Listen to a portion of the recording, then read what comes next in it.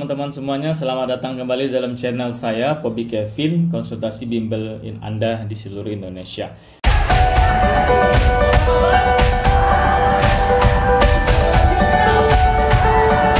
Sudah 5 bulan rasanya saya tidak upload video karena banyak kesibukan ngisi pelatihan-pelatihan di beberapa instansi kedinasan di Sumatera Barat. Kali ini saya terinspirasi dari banyaknya pertanyaan dari subscriber yang sudah menumpuk, terutama ini mengenai HPP. Jadi pembahasan kita hari ini adalah mengenai HPP. HPP ini sendiri artinya adalah, kalau saya mengartikan sendiri ya, harga pokok produksi.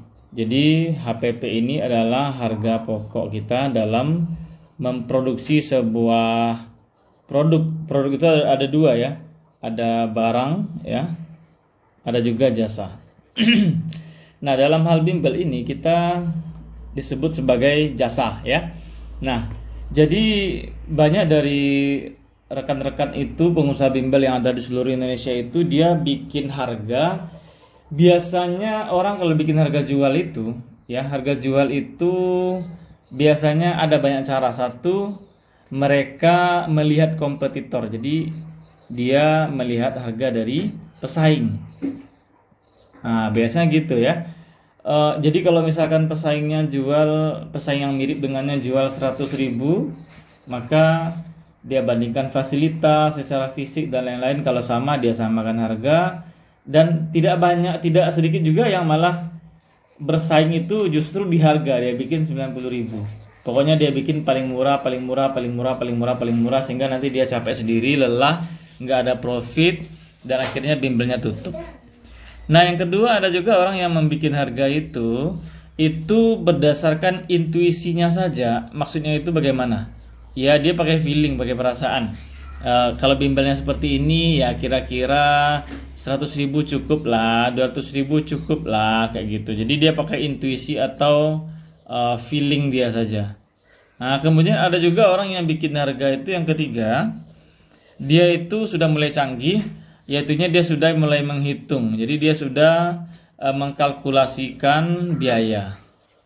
Nah, kalkulasikan biaya dan dia tambahkan dengan target keuntungan yang Anda inginkan. Dan inilah cara yang benar. Nah, sekarang kita akan fokus kepada cara ketiga ini.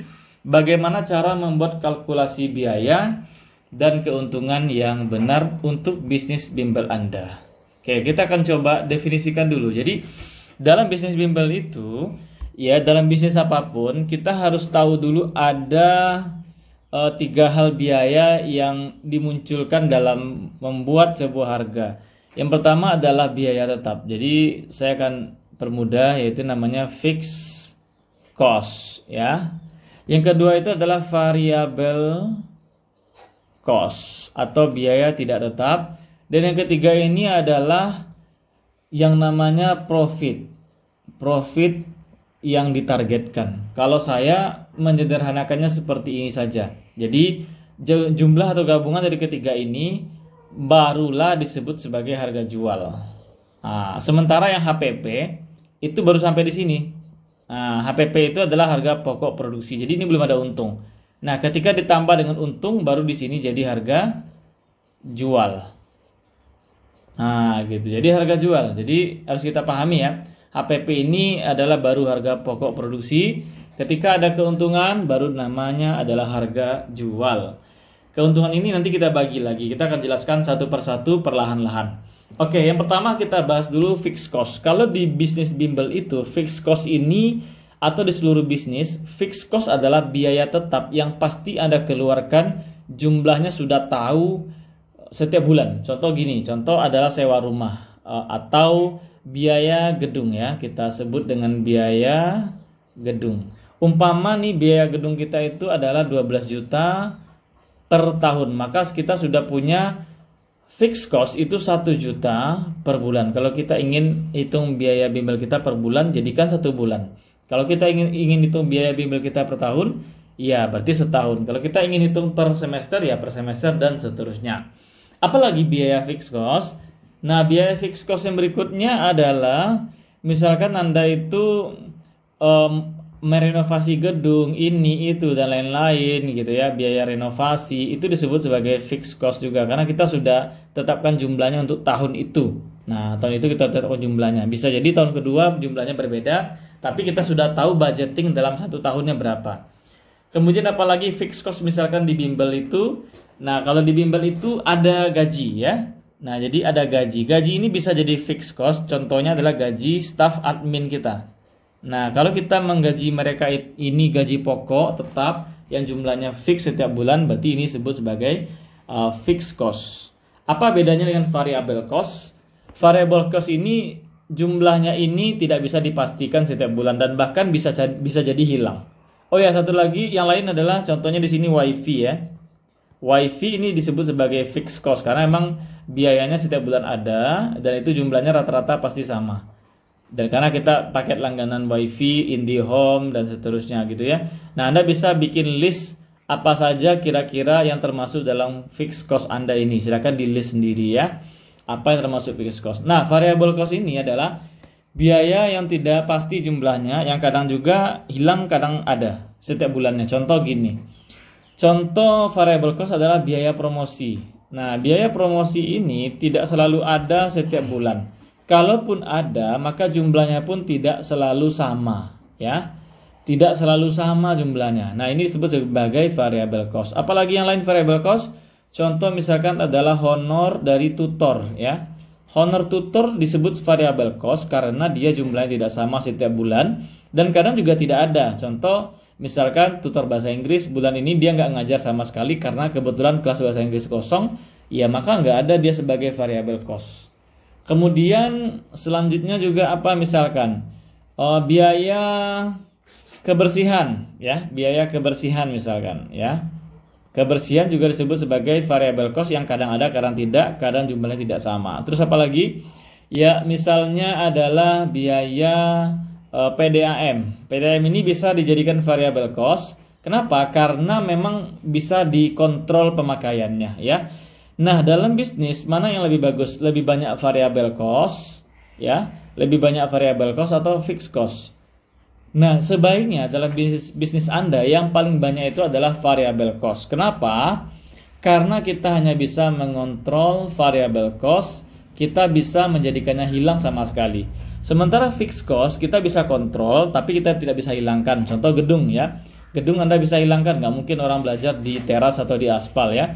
Contoh biaya renovasi, biaya perbaikan Anda bisa hilangkan tapi berbahaya untuk kelangsungan bisnis karena orang mengartikan bisnis Anda tidak serius, tidak ada renovasi, tidak ada perbaikan dan lain sebagainya. Gaji admin Anda bisa hilangkan, kalau bisa dihilangkan ya Anda sendiri harus jadi adminnya gitu, atau ya cari strategi lain. WiFi bisa dihilangkan? Bisa. Kalau mau dihilangkan berarti dia bukan termasuk fixed cost ya gitu ya.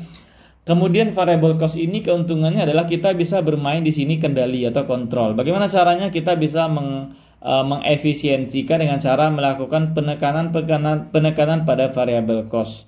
Dalam video-video saya sudah banyak sekali penjelasan mengenai bagaimana cara menekan variable cost itu ya. Salah satu contoh caranya itu yang pertama dengan eliminasi, dengan substitusi ya, eliminasi, substitusi dan lain-lain. Eliminasi ini maksudnya adalah menghilangkan sama sekali variable cost. Substitusi ini mengganti dengan yang lain. Contoh misalkan selama ini ada promosi memaksimalkan media offline datang ke sekolah-sekolah, harus rental mobil, kemudian harus bawa banyak orang freelance harian, makan siang dan lain-lain. Nah, mungkin bisa disubstitusi. Kalau makan siangnya selama ini di kafe, ya turunin di kedai warteg gitu ya, atau di kedai nasi, warung nasi. Intinya dari harga 25.000 seporsi Anda turunkan jadi 20.000 dan seterusnya. Kalau selama ini Anda bawa 8 orang satu mobil, ya Anda kurangi jadi 4 orang dan seterusnya. Nah, ini bisa dilakukan substitusi, bisa dilakukan eliminasi. Yang penting pada akhirnya adalah tujuannya efisiensi. Kenapa perlu efisien? Karena ketika modal dasar Anda ini rendah, maka Anda bisa menjual dengan harga yang bersaing. Nah, ini korelasinya. Jadi, harga itu bukan muncul karena tiga hal ini ya, bukan karena harga pesaing 100.000 kita bikin 90.000, bukan gitu. Karena bisa jadi fixed cost dan variable cost Anda dengan pesaing itu jauh berbeda ya. Dan juga nggak bisa pakai feeling, karena yang namanya bisnis itu bukan novel, dia itu matematika, dia itu kalkulasi, dia itu akuntansi, dia hitung-hitungan angka-angka ya. Kemudian yang ketiga, ya benar, caranya adalah kalkulasi biaya dan keuntungan. Oke, kita next lanjut. Lalu profit. Profit ini maksudnya apa? Setelah Anda keluarkan fixed cost, variable cost, Anda mau target profit ini berapa? Ya, misalkan Anda target 2 juta per bulan, Anda target 4 juta per bulan, Anda target 10 juta per bulan. Nah, ini profit ini bisa Anda hitung sendiri. Lalu kemudian jumlah dari fixed cost, variable cost, dan juga profit Anda jumlahkan. Umpama nih misalkan gitu ya, jumlahnya adalah fixed cost Anda dalam setahun itu 30 juta ya, kemudian variable cost Anda itu umpama lah ya sebulan itu 5 sampai 10 juta, kita ambil 5 juta gitu ya. Kemudian Anda target keuntungan 10 juta, maka Anda dapat angkanya itu sekitar 45 juta. Nah, 45 juta ini adalah target pendapatan Anda dalam setahun. Nah, pertanyaannya bagaimana cara menentukan harga jual? Ya gampang. Kita sudah tahu angka 45 juta ya. 45 juta. Sekarang kita baca kapasitas kelas Anda atau ruangan Anda atau daya tampung lah. Saya bahasakan daya tampung. Ya. Daya tampung. Misalkan Anda punya daya tampung itu cuma 3 kelas ya. Maka 3 kelas ini Anda bikin berapa? Misalkan satu kelasnya itu terdiri dari 8 siswa per kelas. Berarti dikali 3 sama dengan 24 siswa ya. Nah, 24 siswa kalau seandainya penuh full di waktu yang sama. Anggaplah mereka ini belajar 3 sampai 4 kali seminggu, berarti Anda bisa punya potensi mengisi kelas rolling itu 2 grup gitulah ya. Berarti total siswa Anda bisa 48 siswa gitu ya. Nah, gampang saja. Maka Anda tinggal bagi. Nah, tapi ini disclaimer ya. Hitungan ini Anda bisa hitung sendiri dengan detail ya. Anda bisa dapat berapa siswa dalam sekelas. Kemudian dalam seminggunya Anda dapat mengisi berapa kelas atau berapa siswa. Nah, tinggal dikalikan. Umpama nih segini, 45 juta ya. Kemudian target siswa Anda 48 ya, tinggal dibagi saja. Berapa itu? Sebentar, saya pakai kalkulator dulu ya. 45 juta itu ya, 45 juta dibagi dengan 48, maka sama dengan 937.500 rupiah per siswa per tahun.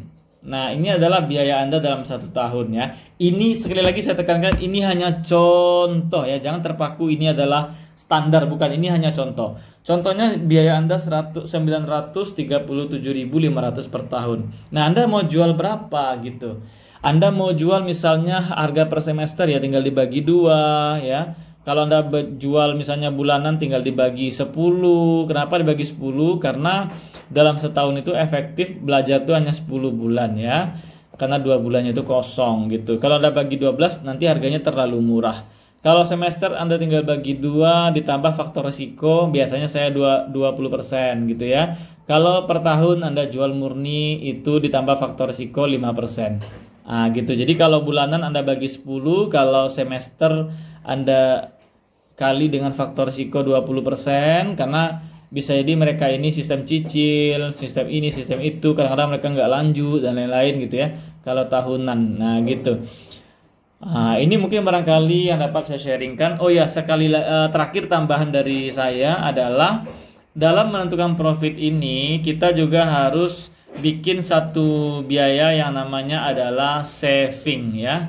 Saving atau risk ya, risk pricing atau harga resiko. Jadi Anda juga bikin tidak hanya untung saja, tapi juga bikin biaya tidak terduga, biaya resiko dan lain-lain. Biaya resiko itu contohnya apa? Contohnya misalkan kalau di bimbel itu siswa nggak melanjutkan cicilan gitu ya, atau misalkan sering mati lampu rusak alat elektronik kita, atau misalkan karyawan gonta-ganti terus, jadi ada biaya pelatihan dan lain-lain. Jadi dimasukkan juga biaya-biaya tidak terduga.